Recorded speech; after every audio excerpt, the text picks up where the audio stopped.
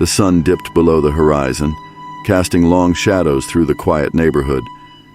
A typical evening for a 12-year-old like me and my younger sister, home alone while our parents worked late. Little did we know, this ordinary night would transform into a nightmare that would haunt us for years to come. The soft glow of the living room lamp barely penetrated the growing darkness outside. My sister and I were engrossed in a game, laughter filling the air, when a knock echoed through the house. Puzzled, we approached the front door cautiously. Peering through the peephole, we saw a man in plain clothes claiming to be a gas meter reader. His story seemed plausible enough, but a chill ran down my spine. Why would a gas meter reader come at this hour? My instincts screamed danger, and a knot tightened in my stomach. Despite the unease, the man persisted, his insistence wearing down our caution. Hesitant but feeling cornered, we reluctantly let him in. As he prowled through the house, our unease escalated. He lingered in the hallways, studying family photos, asking personal questions that sent shivers down my spine. The air crackled with tension as he approached the stairs, his true intentions veiled beneath a friendly facade. In a moment of sheer terror, the man lunged forward, attempting to grab my sister. Panic surged and I pulled her away, the adrenaline pumping through my veins. Desperation fueled our escape, and we bolted out the front door, leaving the intruder behind. Shivering on the front lawn, we caught the attention of a passerby, a vigilant soul who sensed the urgency in our eyes. With a quick call to the police, the stranger was apprehended, his true identity revealed. A predator lurking in the guise of a gas meter reader. As the police delved into the investigation, a sinister truth emerged. The man had been targeting children in the neighborhood, using the ruse of a utility worker to gain access to unsuspecting homes. The chilling revelation sent shockwaves through our community. In the days that followed, our neighborhood rallied together, sharing a collective sense of fear and vulnerability. But the horror didn't end there. A missing girl, eerily similar to the man's intended victims, became the focus of a broader investigation. The realization struck like a bolt of lightning. We had narrowly escaped a fate that befell another, less fortunate soul. The news of the missing girl haunted my dreams. The connection between her disappearance and the man who had invaded our home sent shivers down my spine. The sinister truth was etched into my memory, a reminder that evil could wear the mask of familiarity. In the aftermath of that chilling night, my sister and I became advocates for safety in our community. We shared our harrowing experience, urging neighbors to verify the identity of anyone claiming to be a service worker.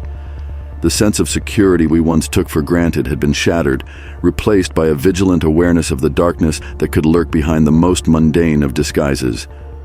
To those listening, the advice is simple but paramount. Trust your instincts. If something feels off, it probably is. Verify the identity of strangers, even those who seem harmless. In a world where danger can wear the mask of familiarity, caution is not paranoia. It's a shield against the horrors that may be lurking in the most unexpected places.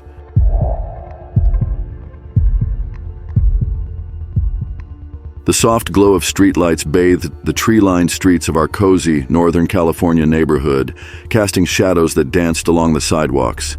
It was a peaceful enclave, a place where neighbors knew each other by name and safety seemed a given.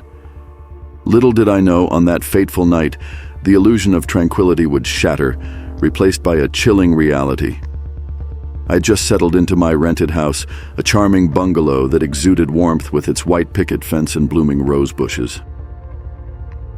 As the night deepened, an unsettling quiet settled in, broken only by the distant chirping of crickets.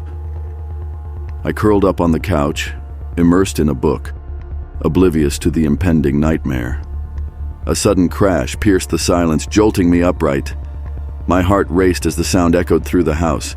Fear seized me as I tiptoed through the dimly lit corridor, my senses heightened to every creak and rustle. The air hung heavy with a strange tension, a prelude to the horror that awaited. As I approached the kitchen, my eyes widened in terror.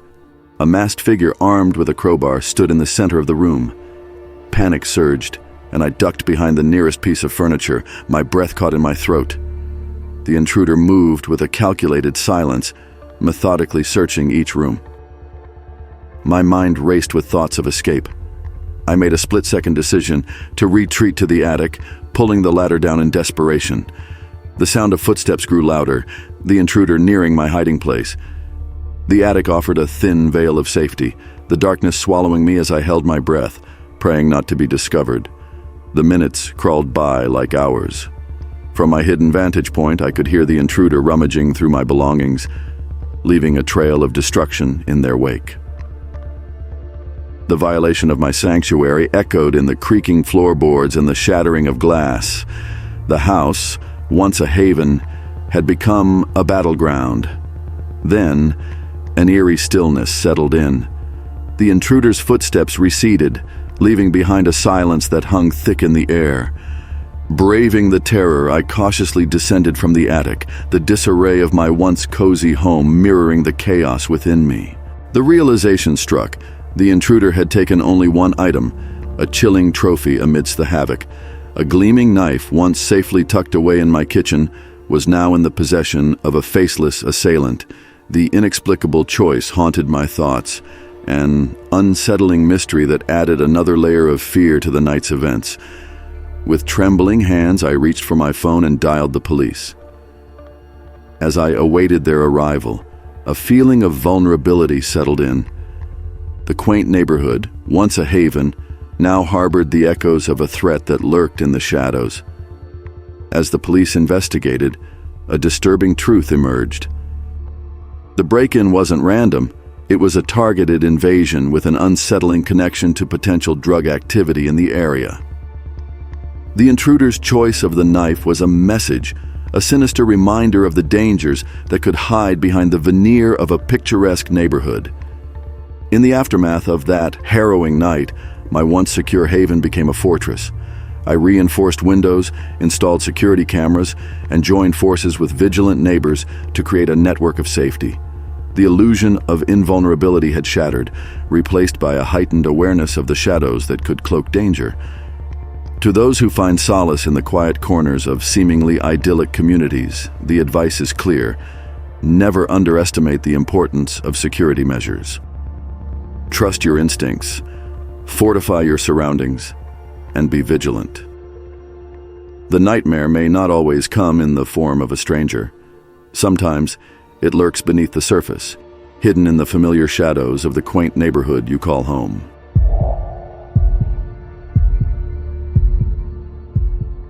The fluorescent lights overhead flickered as I rolled my Game Boy between my small hands, nestled in the front basket of the grocery cart. The familiar hum of Costco echoed around me, a sea of towering shelves and bustling shoppers. My mom, engrossed in her shopping list, pushed the cart down the vast aisles, unaware that the ordinary trip would soon turn into a nightmare. As we maneuvered through the maze of oversized products, a stranger in a blue Costco vest approached us. His eyes lingered on me, a sinister glint hidden beneath a friendly smile. He pointed to a distant aisle, claiming there was a special promotion on toys. My mom, trusting the uniform, handed the cart to the stranger, unaware of the danger that lurked behind the facade. The cart moved, but not in the direction of toys. Panic settled in as I realized the imposter was pushing me away from my mother. The fluorescent lights seemed to dim, the once familiar surroundings transforming into a labyrinth of potential peril. The air grew thick with tension, my breath caught in my throat. With a sudden jolt, I recognized the danger that loomed. In a desperate attempt to alert my mother, I clutched at the Game Boy and pressed its small speaker against my lips. The faint beeping and buzzing sounds grew into a cacophony of distress, a silent cry for help disguised as innocent gaming noises. I prayed that my mother would notice the unusual sounds, a mother's instinct awakening to the subtle plea. As the cart rolled further away, I summoned the courage to let out a loud cry, a child's instinctive call for the one who provided safety. The imposter's grip tightened on the handle, and I felt the cart veering toward a secluded corner. Fear consumed me as the true intention of the stranger became clear, a potential kidnapping, unfolding in the heart of a familiar shopping haven. In the distance, my mother turned, alerted by the desperate sound of her child in distress. Panic crossed her face as she realized the imposter's true intent. With a mother's instinctive fury, she sprinted towards us, her cries of terror echoing through the warehouse. The imposter, realizing he had been exposed, abandoned the cart, disappearing into the bustling aisles. My mother reached me, her arms enveloping me in a protective embrace. The cart, now abandoned, stood as a chilling testament to the danger that had momentarily lurked in the seemingly safe space of Costco. The once familiar surroundings now held a sinister underbelly, a reminder that even in crowded public spaces, danger could be just a few steps away. As we left Costco that day, the illusion of safety shattered. The image of the imposter in the blue vest haunted my dreams, a faceless danger that could have stolen me away from the security of my mother's love. The Game Boy, once a source of entertainment, became a silent hero, its sound serving as a cry for help that reached the ears of a vigilant mother. In the aftermath of that harrowing experience, my mother and I became advocates for child safety in public spaces. We shared our story, urging parents to stay vigilant even in seemingly secure environments. The advice was simple but crucial.